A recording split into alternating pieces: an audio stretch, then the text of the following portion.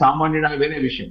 సరే, లక్ష్మీనారాయణ గారు ఉన్నాయి ఈ అంశాల గురించి కూడా మాట్లాడదాం. లక్ష్మీనారాయణ గారితో మాట్లాడిన తర్వాత సుబ్బారావు గారు, లక్ష్మీనారాయణ గారు అంటే త్రిసభ్య ధర్మాసనానికి రిఫర్ చేశారు, భిన్నాభిప్రాయాలు ఉన్నాయి కాబట్టి. సరే, ఇటువంటి సందర్భాలు ఎందుకు వస్తుంటాయి అనుకోవాలి? ఎందుకంటే ఒకటే చట్టం జరిగిపోయిన తర్వాత నమోదైన కేసుకు సంబంధించి అప్లికేబుల్ అవుతుందా అవ్వదా అనేది అందరికీ తెలుసు. గతంలో కేసులకు సంబంధించి కూడా యడ్యూరప్ప కేసులో కూడా అందరూ చూశారు కదా.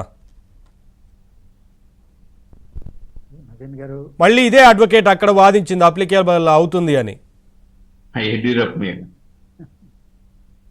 నవీన్ గారు, సుబ్బారావు గారు కేసు పూర్వపరాలని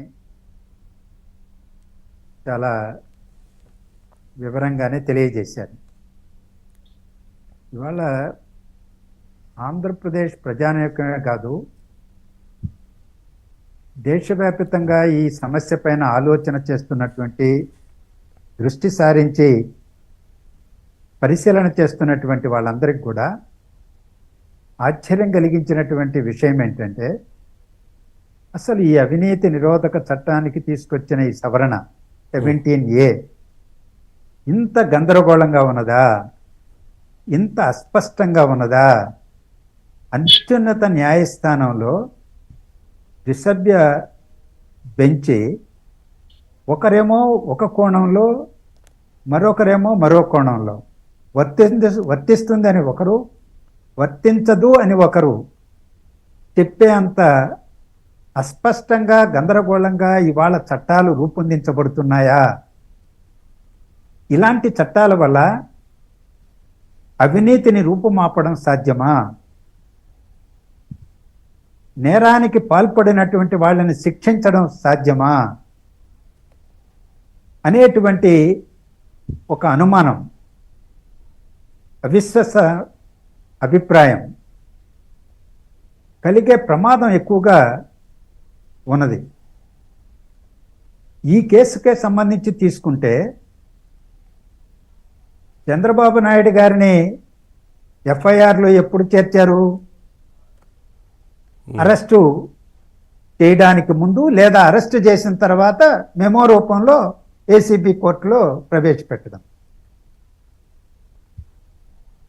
మెమో ద్వారా ఎఫ్ఐఆర్లో పేరు చేర్చడం, అరెస్ట్ చేసి కోర్టు ముందు ప్రవేశపెట్టడం, జైలుకు పంపించడం, 53 రోజులు శిక్ష అనుభవించేటువంటి పరిస్థితి ఏర్పాటు చేయడం.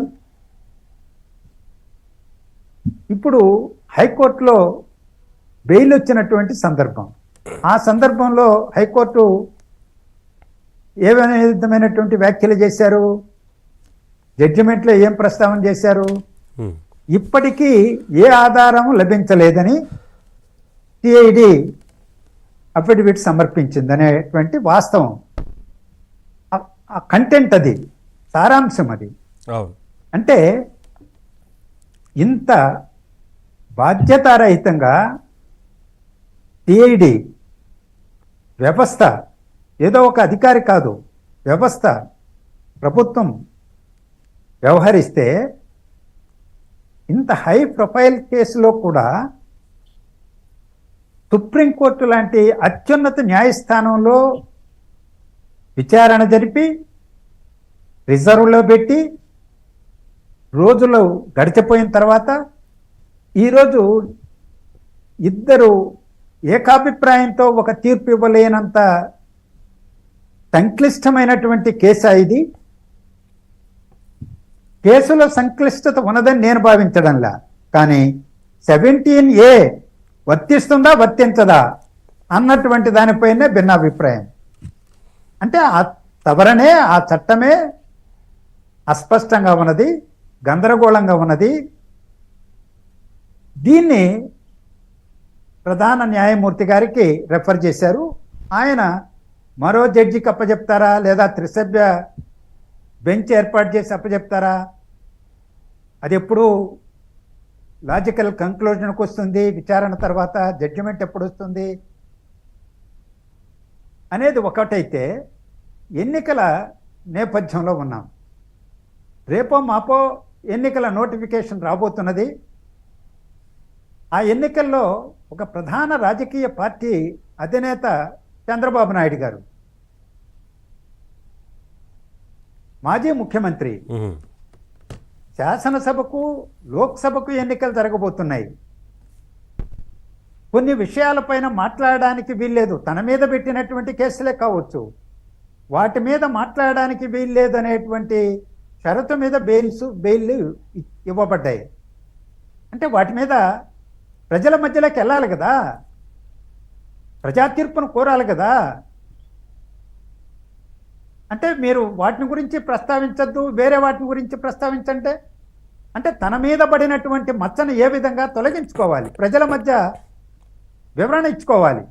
చేశాడా చేయలేదా? తన వాదన తాను ప్రజల ముందు ప్రజల కోర్టులో వినిపించుకునేటువంటి ఒక ప్రాథమిక హక్కుని ఎన్నికల సందర్భంలో అందులో కూడా ఆ అవకాశమే ఇప్పుడు కోల్పోతున్నారు కదా. ఆ షరతన్నా సరళించాలి, లేదా ఈ కేసును త్వరితగతిన విచారణ జరిపి తీర్పన్నా రావాలి. ఉమ్. కోర్టులు చేస్తున్నటువంటి కోర్టుల్లో వాయిదాల మీద వాయిదాలు పడుతున్న ఇప్పుడున్న పరిస్థితుల్లో త్వరితగతిన విచారణ జరిపేందుకు అవకాశం లేదనేదే స్పష్టం.